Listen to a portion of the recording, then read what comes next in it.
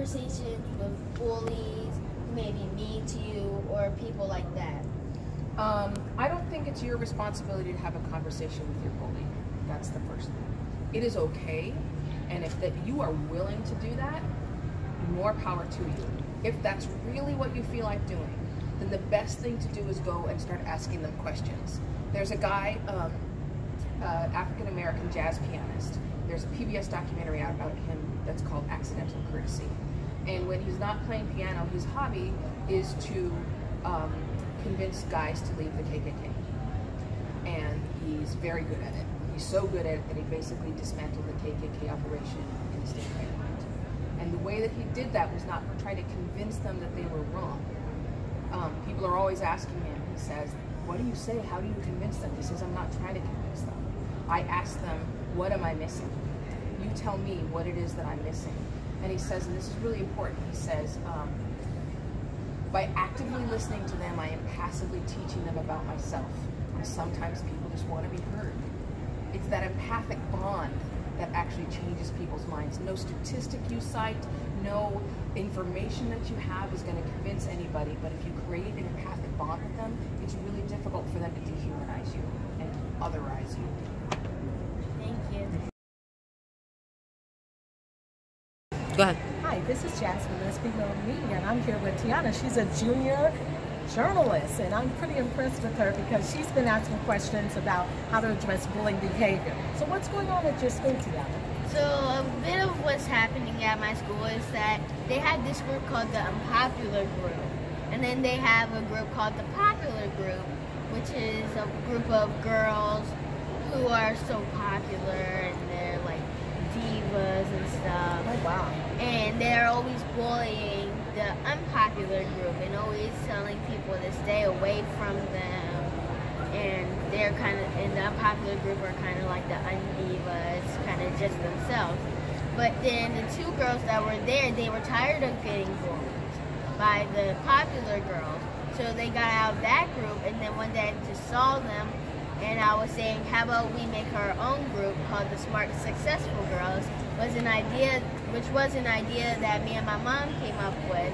And so we made the group, we had our own little chant for it, and then we started doing some smart and successful things. Awesome. See, that's how you handle bullies. Thank you for sharing that with me. And you're only what? I'm only 9. 9 years old. Okay, we can all learn something. Thanks for sharing. You're welcome. How much time does it take to put this fly? Hi, I'm Jess with Lesbian Media. Recognizing that this is a conference that draws more than 10,000 women, at any point, does the planning committee or is there any thoughts to expanding the conference to include men, even if it's for the workplace summit, which is, this is the second year for it? So one of the things that we've been doing, we launched yesterday our workplace summit, and we encouraged every attendee to come with a male coworker, or just because the topics that are addressed at the workplace summit are workplace related topics that are applicable to everybody. And then we're seeing more and more men attend the main day conference because, you know, to achieve gender equity or, you know, gender pay equity, you've got to have everybody working toward the same goal. We're all on the same team. We need to work together. I think it'll always be a women's conference, but you know, men have to be involved if we're going to have parity, and they have to be aware of women's issues. I'm always fond of saying women's issues are not women's issues. There are no women's issues. They're everybody's issues. So it's appropriate. We had a good, you know, for our first year, there was a good turnout of men and males yesterday at the workplace summit. We were excited to. That was a inaugural event, and then we'll build off of that. Jess, Branas, Inspiring Lives magazine. Obviously, running this conference for 16 years, I'm sure that you didn't see at the beginning of your journey that it would grow to be such a phenomenal event. Where do you see this going after you launch the, for example, Younger Generations initiatives? How large do you think this conference is going to? So I don't think our goal is bigger, is not necessarily better. It's to be responsive to the needs of women in the area.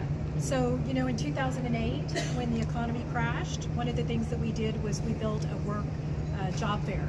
And, you know, a couple years later, that wasn't just necessarily the need. So we try to be responsive. This year, we're also launching the live stream. So people, you know, access is really important to us. And so people who weren't able to attend the conference, we added the Workplace Summit and then the live stream tickets. And thank the Lord, the live stream came off today because it was our first attempt at that.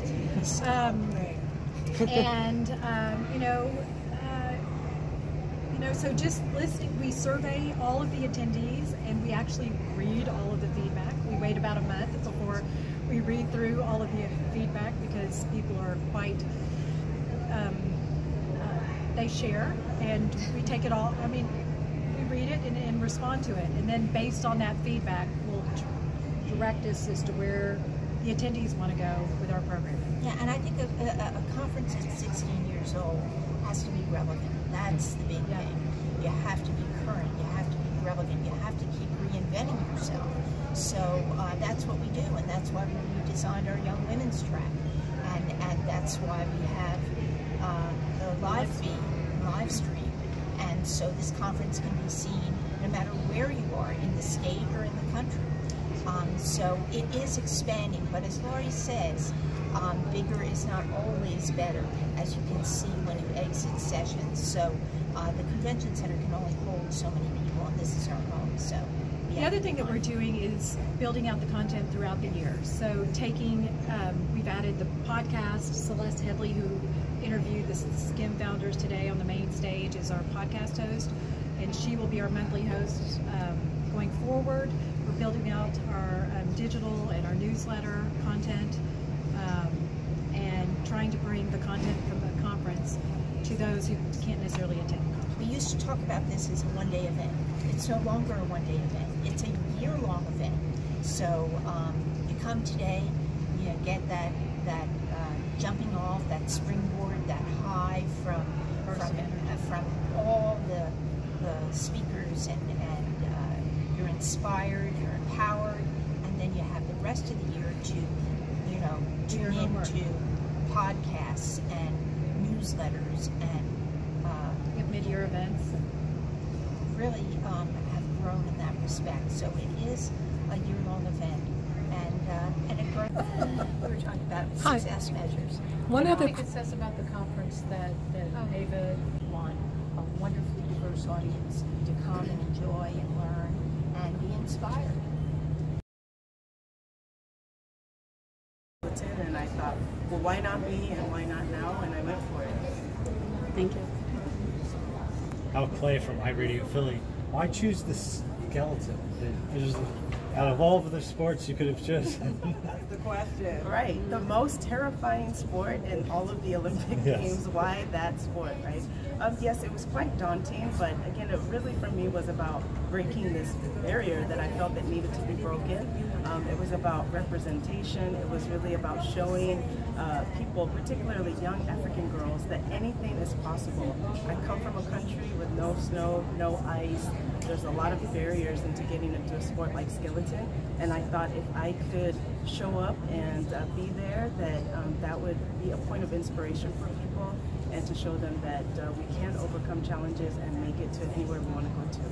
Yeah, how did you overcome those barriers? No snow, no ice. How did you find that, and so that you could get to a level where you could compete? The barriers are massive, like I mentioned, financially, environmentally, etc. But I think for me, it was all about pushing through those mental barriers and the physical barriers. So I had just about 100 days between when I decided to go for it and when the Olympics actually were. And so I just put it all on the line. I have a lot of great people supporting me, my teammates and my company. At the time I was working at Nike as a marketing manager. They supported me, and so it was something that really the community helped me, carried me to get to that goal. And so I just, bit by bit, I took the skills that I had from a track and field background, that athleticism, and threw that talent onto a sled, and it worked out. So, yes. So what's your message to women? You know, because women are entering places that they historically have not been invited to be in, and they're inviting themselves now.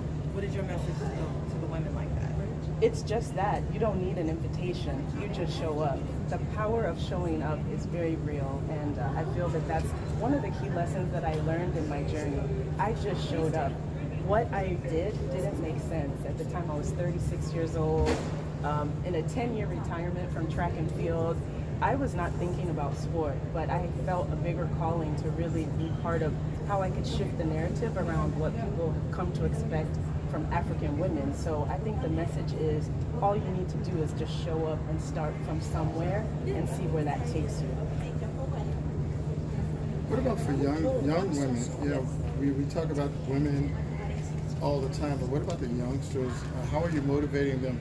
How are you getting to them and helping them to do and reach their goals in life? Yeah, so for me, helping young women reach their goals in life has been my #1 task since I returned from Pyeongchang. I've been working with young women all across the continent of Africa. It's been about 600 or so that I've personally mentored since my time after the Olympics, across countries like Morocco, Nigeria, Kenya, in South Africa as well. I've designed a leadership curriculum which teaches young girls the core competencies of leadership, and it's based in the principles of sports, so they learn life skills like teamwork, discipline, negotiation, and I think it's about starting from a young age and helping them realize their own power, giving them the skill sets, and enabling them to be the best that they can be. So that's how I'm personally investing in young women across the continent. I'm looking to scale that program more and reach as many girls as possible. What would you like your legacy to be? My legacy would be one of hope and inspiration, and that it is possible to do what many people see as impossible. I think if people walk away from my story believing that for themselves, then that's a great legacy. Who do you look up to? Who do you admire when you decided to do this, and do you draw your courage from? There's so many people that you can take courage and inspiration from, but particularly for me, I looked up to Serena Williams. We're about the same age. I think maybe I'm a tad bit older, but we're peers. So as she was coming up in tennis, I paid a lot of attention to her and her sister Venus. In fact, so much so that when I'm competing now in skeleton, I wear beads because I feel that it pays homage to that legacy that they left when they were breaking barriers in tennis. They always used to wear those beads when they first burst onto the scene. So every time you see me competing in the sport of skeleton, I'm usually wearing white and green beads just to pay respect to that. But I watched Serena a little while ago at the US Open. She is a fierce competitor and a great businesswoman and an overall just phenomenal woman. So I really take a lot of inspiration from her, and she's very courageous. What is next for you? What is next for me? I'm currently right now at Yale. I'm a Yale World Fellow. The World Fellowship is a leadership program which basically brings 16 leaders from all around the world focused on different areas of impact. So there's politicians, there's people in health, people across the spectrum, but we all kind of have a shared kind of hope and goal to make the world a better place. And so for the next few months, I'm focused on kind of increasing my capacity to lead, and that leadership program is going to help cultivate that. That's immediate, but in the long term, I'm looking forward to the next Olympics. I'm training towards Beijing 2022, and I want to continue to make my impact around young women, how I can help them become leaders. My #1 goal is to build female leaders in Africa, and whatever role I can do in playing that's kind of what's next for me. How difficult is it to train for the Olympics and also do what you do? It has to be difficult. Training for the Olympics, and then 10 years later, when I heard about what the Nigerian women's bobsled team was doing, I felt inspired to join them because I wanted to make that history. So I think just working through past disappointments and continuing to push through has helped me realize that if you work hard, you can accomplish your goals. So I think it's a combination of having that fire, but it's really the work. At the end of the day, I think my parents instilled a work ethic within me. They came to this country as immigrants, and most immigrants will tell you that you have to work really hard to get to whatever you need to get to. So I think I just always had that around me and that mindset growing up. Tell us what it was like being chosen by President Obama as one of his fellows. Wow. President Obama is an amazing leader. And so when he and his team handpick you as one of 200 leaders in Africa to be part of this cohort that is helping shape the future of Africa, that for me says a lot. And I was really honored to be selected, and I took that very seriously because I wanted to do a great job. And the program is a year-long program, and I had the opportunity to connect with other leaders who are doing amazing things. And so I really used that as a platform where I could learn and grow and connect and help further develop my work and my vision to help move the continent forward. So, and I got to see President Obama live in real life when he came to the convening that we had in Johannesburg last year. And he's just as great in real life as he is on TV. So that was awesome. And I wanted to ask you, what advice do you have for kids like me about following their dreams and not being afraid to be the first? Wow, that's a great question, and thank you for being here. So I would encourage kids to not be afraid to do something different. When you are first, you often have to go somewhere where no one else has gone. And sometimes that might feel scary because there's no roadmap. But I want kids and young girls like you to feel comfortable in that space of the unknown, feel confident, dream big, and know that it's possible. But outside of just dreaming, I want girls to understand that it's okay then to build a strategy. The dream is the vision, but then we have to work and we have to build a plan to get to that vision. So I would just say be comfortable with the uncomfortable and with blazing your own trail and go for it. Thank you. You're welcome.